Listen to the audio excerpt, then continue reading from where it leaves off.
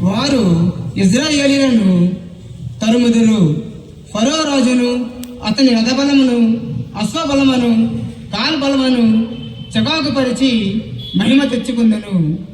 ఫరో రాజును అతని రథములను అశ్వములను సైన్యములను నాశనం చేసి మహిమ పొందినప్పుడే ఐగుప్తు దేశీయులు నన్ను యావేగా గుర్తింతురు అని చెప్పాను.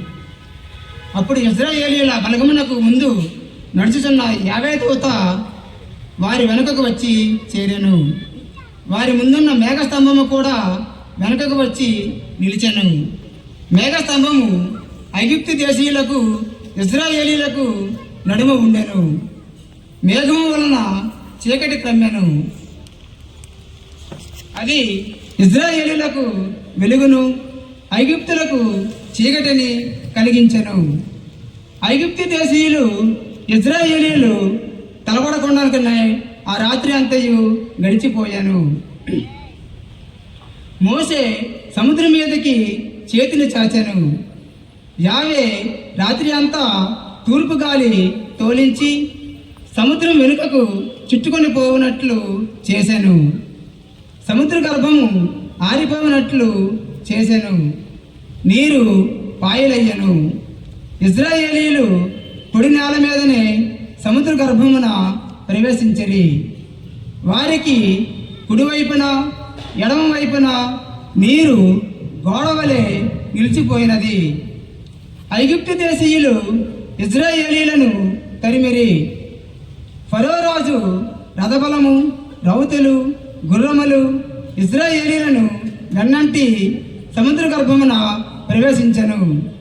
యావే వేకోజామున మేఘస్తంభము నుండి అగ్ని స్తంభము నుండి ఐగుప్తు దేశపు సైన్యము వైపు పారజూచెను. ఆ బలగమును గగ్గోలు పడినట్లు చేచెను.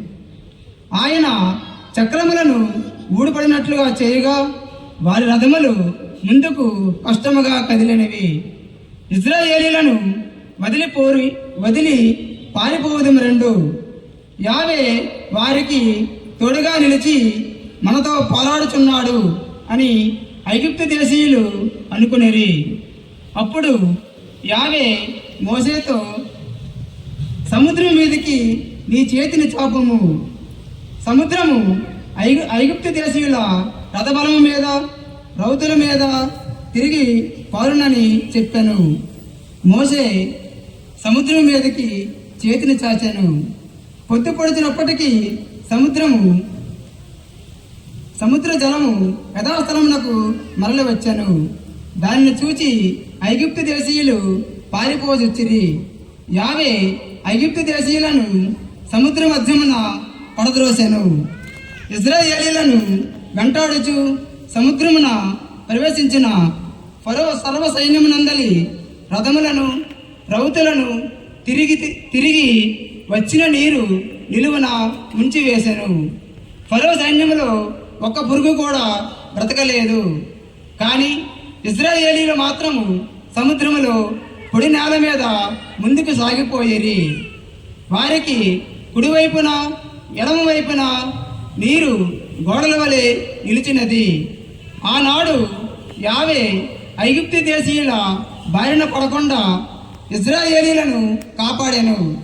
ఇజ్రాయేలీలు సముద్ర తీరం మీద ఐగుప్తు దేశీయుల శవములను చూచిరి. ఐగుప్తు దేశీయులకు వ్యతిరేకముగా యావే అనర్చిన ఆ మహాకార్యమును ఇజ్రాయేలీలు కనులారా చూచిరి. వారు యావేను ఆయన దాసుడకు మోసేను నమ్మిరి. అప్పుడు మోసే ఇజ్రాయేలీలు యావే పేరిట ఈ గీతము పాడిరి.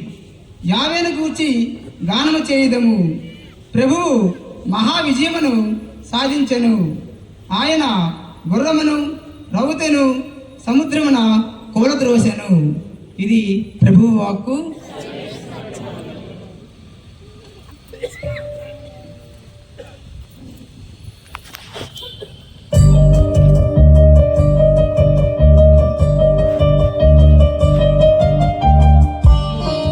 కానీ ఇజ్రాయేలీలు మాత్రము సముద్రములో పొడి నేల మీద ముందుకు సాగిపోయేరి.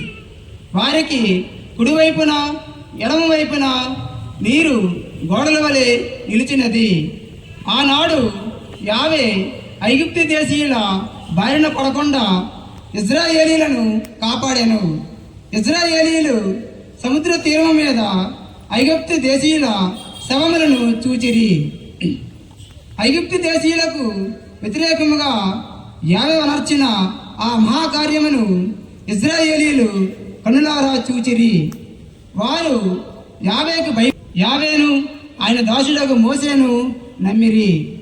అప్పుడు మోసే ఇజ్రాయేలీలు యావే పేరిట ఈ గీతము పాడిరి. యావేను గూర్చి గానము చేయుదము. ప్రభువు మహా విజయమును సాధించెను. ఆయన గుర్రమును రౌతును సముద్రమున కూలద్రోసెను. ఇది ప్రభువు వాక్కు.